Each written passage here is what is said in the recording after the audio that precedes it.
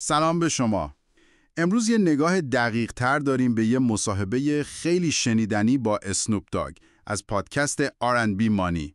شاید فکر کنین اسنوپ داگ رو دیگه کامل میشناسین، اما این گفتگو خب یه جنبه‌های دیگه‌ای ازش رو نشون میده.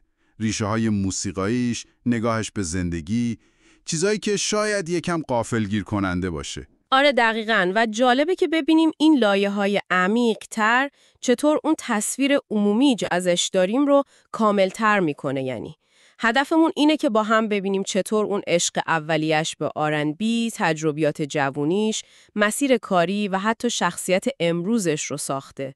آماده این که یکم فراتر از اون تصویر معروف رپر بریم؟ خیلی جالبه که خودش میگه اولین عشق موسیقاییش واقعا R&B بوده. میگفت مادرش با همین موزیک R&B دهه 70 بزرگش کرده. از بچگی هم برای دوستای مادرش میرقصید و میخونده.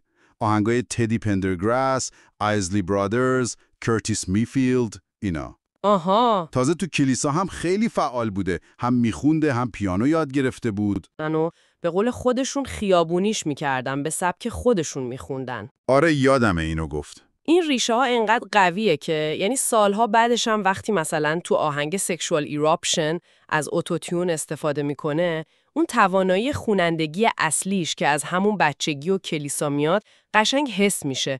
اوتوتیون انگار فقط یه ابزاره، یه رنگه، نه خود استعداد. مسیر شروعش هم اصلا ساده نبوده ها.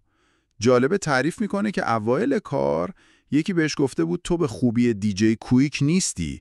کویک اون موقع خیلی مطرح بود تو وست کوست و خب ردش کرده بودن. یا مثلا اون ملاقات ناموفقش با ایزی ای قبل از این که اصلا دکتر دره بیاد تو تصویر. آره نشون میده که چقدر پشتکار داشته واقعا. به خصوص اون داستان آپارتمان $500 تو خیابون فرانکلین. آره. و اون اخطارای اجاره که پشت هم میومده. اینا دیگه سختی‌های واقعیه قبل از شهرت. یه تصویر خیلی واضحی میده. ترین نکتهش اون فلسفه‌ایه که برای مقابله با منفی بافی و نفرت داره. چه تو خیابون، چه تو صنعت موزیکی که میدونیم چقدر رقابت توشه، جوابش همیشه عشق و موفقیت بوده. دقیقاً، انگار یه سپر دفاعی با خودش داره. یه همچین چیزی. و این فقط حرف نیستا، تو عملم قشنگ دیده میشه. به خصوص تو روابط کاریش، مثلا داستان آشناییش با مارتا استوارت رو ببینین، خیلی عجیبه. آره خیلی. کی فکرشو میکرد آخه؟ پشت صحنه اون برنامه جاستین بیبر خیلی اتفاقی کنار هم میشینن. و همین آشنایی ساده میرسه به یه برنامه آشپزی موفق، اون کتاب آشپزی پرفروش From Crook to Cook. درسته. و حتی باعث میشه اسنوپ با برند اسکچرز قرارداد ببنده. یعنی ببین چطور از یه فرصت غیرمنتظره این همه نتیجه گرفته. آره، این قدرت شبکه‌سازی و حرفه‌ای‌گریه واقعا. و نگاهش هم دیگه فقط به موسیقی نیست، خیلی وسیع‌تر شده. اینکه اومد لیبل مهمی مثل دترو رو خرید. آها، صاحبش هم میخواد بفروشه.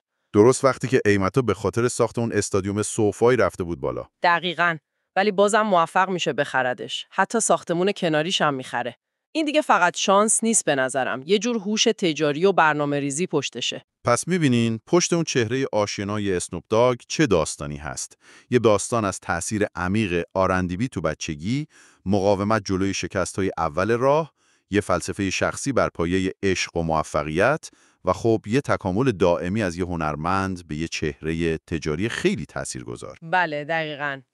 و این بررسی به ما یادآوری میکنه که چطور اون تجربیات اولیه، اون ارزش‌های اصلی یه نفر میتونه مسیر زندگیش رو هدایت کنه. حتی وقتی که در اوج شهرت و توجه جهانیه، این ریشه ها مسیر رو به شکل‌های غیرمنتظره و عمیقی شکل میدن. و تصویری که ما میبینیم خیلی چند بعدی تر از اون چیزیه که شاید اول فکر میکردیم.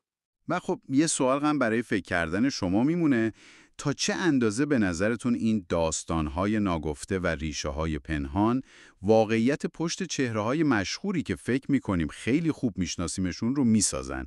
شاید همیشه ارزش داشته باشه که یه لایه عمیق‌تر رو نگاه کنیم.